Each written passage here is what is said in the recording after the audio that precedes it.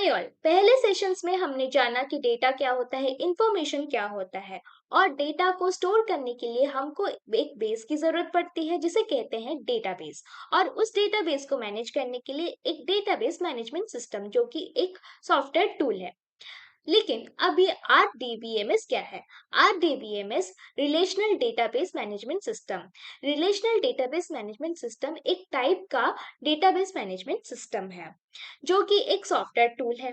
लेकिन इसमें जो डेटाज होते हैं वो टेबुलर फॉर्म माने एक टेबल में रहते हैं और जिसमें रो कॉलम्स होते हैं एंड रोज होते हैं।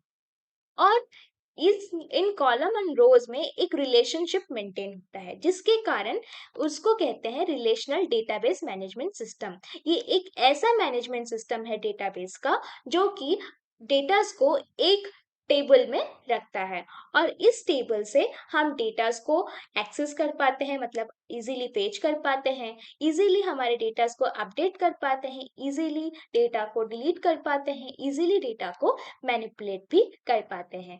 लेकिन अब क्वेश्चन आता है कि डेटाबेस मैनेजमेंट सिस्टम और रिलेशनल डेटाबेस मैनेजमेंट सिस्टम में डिफरेंस क्या है? Difference between database management system, that is DBMS, and relational database management system, that is RDBMS. DBMS में हम डेटास को फाइल्स में स्टोर करते हैं। RDBMS में हम डेटास को टेबुलर फॉर्म मतलब कि टेबल में स्टोर करते हैं जिसमें कि रोज होते हैं और कॉलम्स होते हैं। जो डीबीएमएस में हम डेटा एलिमेंट्स को इंडिविजुअली एक्सेस कर सकते हैं, लेकिन आरडीबीएमएस में हम मल्टीपल डेटा एलिमेंट्स को एक ही टाइम में सेम टाइम में एक्सेस कर सकते हैं। डीबीएमएस में डेटास में कोई भी रिलेशनशिप नहीं होता, लेकिन आरडीबीएमएस में डेटास के अंदर रिलेशनशिप होता है क्योंकि हम टेबल्स में स्टोर करते हैं अपने डेटास को। और जैसे कि आपको पता है कि रोज एंड कॉलम्स में हमारा डेटा स्टोर होता है आरडीबीएमएस में, इसीलिए हमारा जो डेटा में रिलेशनशिप होता है इन आरडीबीएमएस।